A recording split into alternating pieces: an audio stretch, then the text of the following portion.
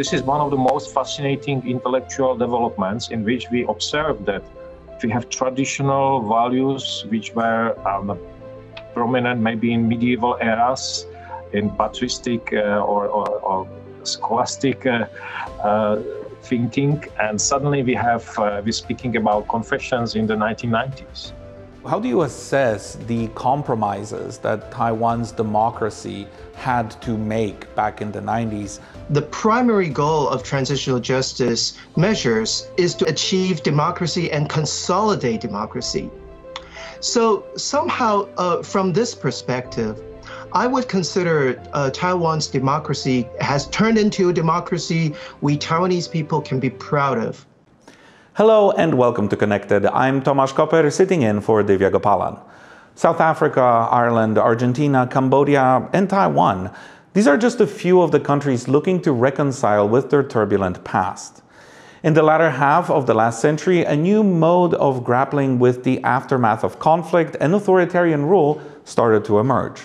Policies and interventions, collectively known as transitional justice, offer a better way to handle trauma, deliver justice to victims of violence, and heal social rifts. But historical experience will tell you it's anything but an easy fix. To understand the complexities and the challenges associated with transitional justice, we welcome back to the studio Professor Chia-Shin Hsu from Academia Sinica's Institute of Law and Professor Roman David from Lingnan University joining us from Hong Kong. Roman, I want to start with you, as transitional justice has been your main research focus. How did it emerge as an intellectual trend, a set of practices, and a set of policies? Well, how did it emerge? So there were specific issues which were related to the notion of justice. Suddenly, in dealing with the past, dealing with authoritarian regimes like those in Latin America, the pursuit of justice was maybe impossible. And definitely much more complex than doing by legal means. And in fact, what victims and their relatives demanded there was truth, because the authoritarian regimes used the method of disappearance as a method of eliminating political opponents. And as a result of this type of disappearance, a truth deficit emerged. And so suddenly we had the development of truth, demands for truth, demands for justice, demands for apologies and forgiveness and confessions, in the 1990s, emerging as a plausible alternative of legal justice. So this is one of the most fascinating intellectual developments in which we observe that we have traditional values which were prominent maybe in medieval eras, in patristic or scholastic thinking, and suddenly we're speaking about confessions in the 1990s. We are speaking about truth. So that was obviously something special, something breakthrough.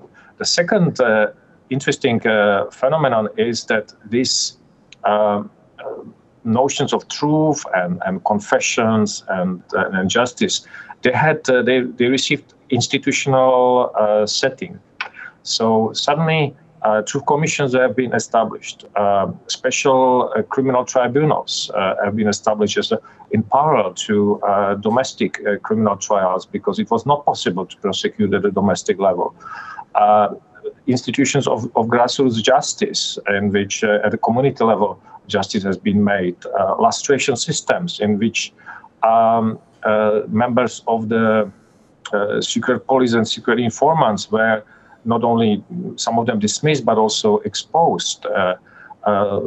Various museum and various alternative measures. So that kind of a trend resonated with those increasing demand for justice as a full-bodied process, not as some kind of a narrow legal measure of justice.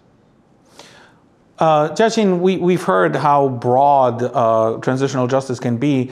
What are the stated goals of transitional justice processes in Taiwan specifically? In Taiwan, so in the early era, during the transition, it was mainly about historical justice in the form of rewriting official histories that recognized. So, for example, 228 incident. It was in the Li Denghui's era when the first official report of that incident in the early 90s that was being written and commissioned by the president. And then there was a series of reparational measures that was legislated in order to compensate many of the victims, first during the 228 and then a White Terror era. And before Tsai Ing-wen's administration, there was relatively slow progress. And only after Tsai Ing-wen came into power, the DPP took over both the legislature and the executive powers. Was there, more aggressive transitional justice measures? But the fact that this moment came so late, even just over 2 decades after the transition to democracy began, it means that we have missed probably the most critical moment in transitional justice that could go after the perpetrators. And so in Taiwan's case, the transitional justice measures can be considered relatively minimal or slow. I will come back to this relationship between time and the beginning of the process of traditional justice later, but first let's look at this. Transitional justice models and goals differ between countries, periods, and groups. Thomas J. Shattuck, a senior program manager at Perry World House at the University of Pennsylvania, highlights some of the differences in Taiwan's efforts. The Baltics actually passed what are called lustration laws, where if you're found to have worked in one of the Soviet government regimes in the Baltics, you're forbidden from running or holding office. Taiwan does not have that. So there are candidates who worked in the authoritarian regime who, since the democratization of Taiwan, have been able to run, have been able to work in high-level positions. And then to compare to the South Africa example, which is much more recent, having the Truth and Reconciliation Committee where the perpetrators were able to go and were asked questions about the things that they did, the people that they killed, and then there was able to be reconciliation between victims and perpetrators. Again, a different approach from Taiwan. And part of that, you can say, is credited to the fact that this happened much more long ago, whereas when the apartheid collapsed, that was the next step. There wasn't a huge gap. So we'll say democratization in Taiwan, the late 80s, or the end of martial law in Taiwan, late 80s, democratization, mid-90s. These things aren't happening until 2016. So that's 20 years. A lot of people who survived as victims who got out of jail had died of natural causes or old age. They're not able to get that reconciliation. Their families have been able to through exoneration. But the difference in Taiwan's approach is it is getting victims exonerated and victims and families compensated, but the perpetrators really have not been forced to reckon with the things that they have done. Another aspect of transitional justice in Taiwan specifically is that there was very little lustration, so vetting of personnel associated with the old regime in the new political system. Roman, have we seen similar situations play out elsewhere in the world, or is this only characteristic of Taiwan's process? So lustration as a process of dealing with people who were tainted by the complicity with the former regime. This is a process which originates, let's say, in Central Europe.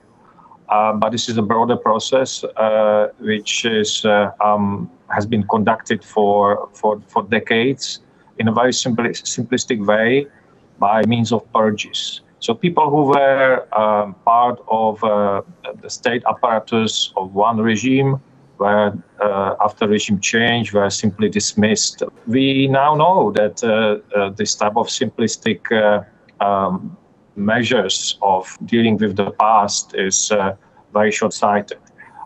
It could create a situation of a failed state, like in Libya, where all the so-called Greens, people who were associated with the Gaddafi, Muammar Gaddafi's regime, were dismissed from security positions, and security apparatus was unable to serve the state.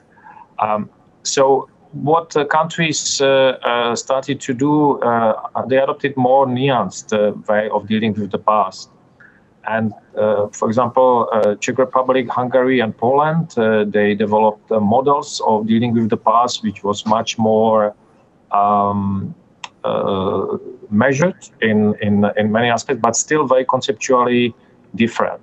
So the Czech Republic, they pursued dismissals of peoples from senior positions in the state administration, also the security apparatus and others.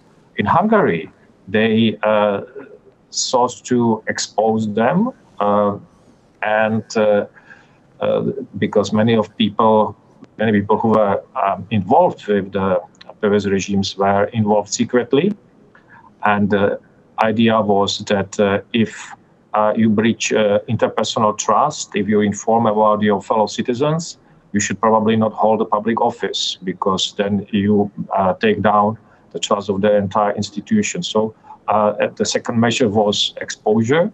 And the final measure, which was pursued in Poland, was resembling the South African Truth and Reconciliation process, where people could keep holding an office of trust if they made truthful revelation of their involvement with the security apparatus of the communist regime. I studied these processes empirically, also tried to find out how these processes are received at the individual level by citizens in these countries. And what I found is that consistently in those three countries, dismissals were the strongest predictors of establishing trust in state. Second finding was that exposure didn't really have any positive or negative effects. So this kind of a truth revelation, or kind of a using the truth in the terms of lustration, exposing the collaborators, didn't have any positive or negative effect, and probably the reason was that there was always accompanied by certain political scandals and a lot of accusations and denials. And the third measure of Poland, which was based on confession, had also a significant effect on establishing trust in government. Although that effect was 3 times smaller than dismissals, but it was nevertheless significant. What I need to add to this story is that among these 3 systems, only the Polish system based on confession is able also to improve interpersonal trust in society. So increase trust with those tainted officials, or let's say decrease distrust, I'll put it this way. Whereas the Czech system, which is based on dismissals, is only effective for the state apparatus, but doesn't rectify, doesn't breach any divides within the society. Well, Chia-Shin, we heard that the Taiwanese process was more of a compromise between Lingnan and the KMT that hold on to power and people pushing for democratic changes. What's your view? How do you assess the compromises that Taiwan's democracy had to make back in the 90s, now, many decades in the future? Well, in order to evaluate the compromise, I think you have to ask yourself, what is it exactly that the goal is that we are setting out to achieve? And a lot of the discussion in the transitional justice literature, the primary goal of transitional justice measures is to achieve democracy and consolidate democracy. So somehow, from this perspective, I would consider Taiwan's democracy considered consolidated and has turned into a democracy we Taiwanese people can be proud of. So if we are already here and we look back and we look at the compromise, we have two ways of looking at it. One way is to say that just no matter what, there may be downsides, but somehow, after all we've been through, we are here. So maybe the compromise played a certain role in getting us here. The other way is to see that the compromise is just a compromise, and even if it was necessary, even if it was helpful back then, now we are a full-fledged democracy. We can do something to make up for the compromise, the value that we sacrificed in that compromise. So there are two ways of looking at it, and I don't think that we necessarily can come up with this a single metric of evaluating which one is better. So there's certain compromise emerges as not doing what is the best, but what is possible.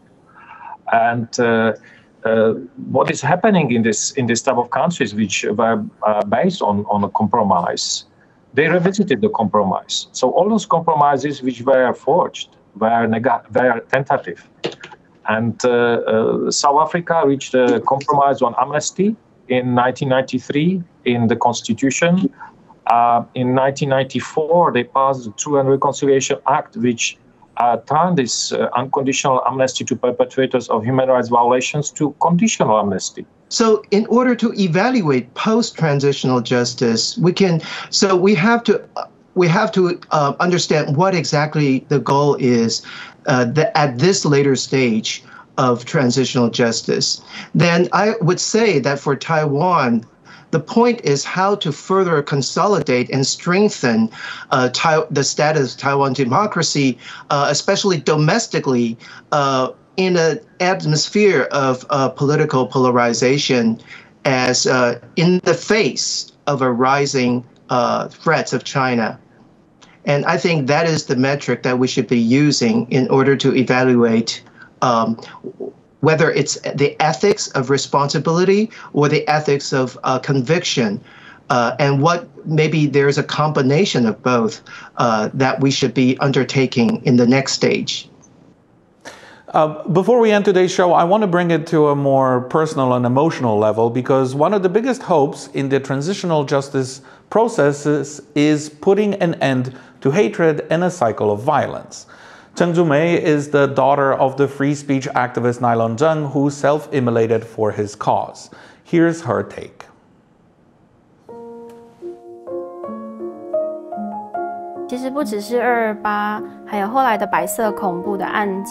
很多台湾的人其实都不了解这个过去，因为譬如说在白色恐怖案件里面，其实外省跟本省的受难的比例是1:1，有很大部分也是外省籍的政治犯，甚至有各种各样的原因，然后也是被政府所监控，甚至坐牢。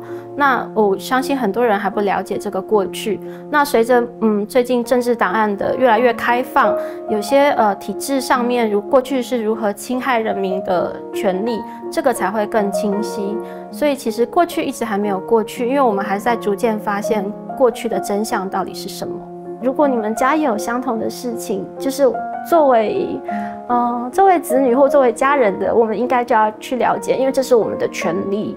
如果你不去做，其实没有人能够帮你做。那所以这是我那个时候的选择。那也是因为这样子，所以我也后来比较会接受外面的访问，再把我的经验分享给大家。我想要告诉大家的是，我们做这些事情从来都不是为了仇恨一方或者是什么。就像郑南榕，就像我父亲在那个日记想的，他就是不想他的未来世代还要生活在戒严的环境，或者是我觉得我们现在所做的也是一样，不希望那个台湾的未来是还在很多互相的仇恨的环境。For the full version of our interview with Cheng Chu-mei, visit our YouTube channel or the TaiwanPlus website. Roman, we know that apology, forgiveness, reconciliation are all big parts of transitional justice. Are they more important than the legal, than the more administrative and bureaucratic aspects of the process for society, for social cohesion? My understanding is if we look from the perspective of justice, then this type of processes of apologies and confessions and reconciliatory commissions are contributing to justice, but they are not as effective as those traditional measures of criminal trials and dismissals and compensation and all these very hard materialistic methods. On the other hand, if you look at the core of the question which you asked about people getting along with each other, then we could say that there's no other method than reconciliatory methods of bringing people together. Methods of confessions, methods of kind of through revelation. This type of methods are very powerful. Apologies are powerful because they allow the person who is apologizing to disassociate himself from the wrongdoing which he was responsible for. We need to be open to see that there is a progress in the development of individuals because people learn as well. New generations of politicians are coming very often to office, so we cannot associate individuals, we cannot associate organizations with their historical sins. And for this reason, this certain openness and certain reconciliatory processes help to bring people together by transforming the identities of perpetrators into citizens. Well, before we go, and we are running out of time, Chia-Shin, I want to ask you, is there one thing in your mind that stands out that the other transitional justice processes around the world could learn from Taiwan's? Please let me first echo Roman's point. I think Roman talked about apology and repentance on the side of perpetrators. For them to do that, they are acknowledging their perpetrations and saying goodbye to their past in order to become a full member of the new political community that is to be formed. I also want to invoke the very, very hugely famous saying from the South African Desmond Tutu Archbishop, saying that there is no future without forgiveness. On the one side, there is repentance, and the other side, there is forgiveness. So that's why I highly appreciate Cheng Chu-mei's take on this point. The revelation of truth is to build a new community where everybody can find redemption through the truth. But the redemption is secured only through repentance on the one side and readiness to forgive on the other side, as evidenced by the very, very wise saying of Desmond Tutu. So if there is anything to be learned from Taiwan's experience, I think Taiwan has a lot to learn from other countries. And Taiwan, I think one thing is that the most important achievement of Taiwan's, because I would say transitional justice, all that we have did or we may not have done yet is part of the transition to democracy. And Taiwan's transition to democracy is a model in the third wave democratization. So if there is anything to be learned, I'm not saying that Taiwan's transitional justice measures are perfect, far from it, but caution and not resorting to violence to resolve a new conflict and sticking to democratic rules of the game. I think it is the overarching principle that anyone should be aiming for. And that also is the aim of the responsibility, the ethic of responsibility that Ramon just talked about. Thank you to both my panelists today, Professor Chia-Shin Hsu from Academia Sinica's Institute of Law and Professor Roman David from Lingnan University joining us from Hong Kong. This was a very informative discussion. And to our audience at home, if you would like to join the conversation, head over to our social media channels and leave us a comment there. And if you would like to know more about Taiwan's efforts towards transitional justice, you can find our recent episode on the topic on our YouTube channel and the TaiwanPlus website. Thank you for being with us today, and remember, stay informed, stay engaged, and stay connected.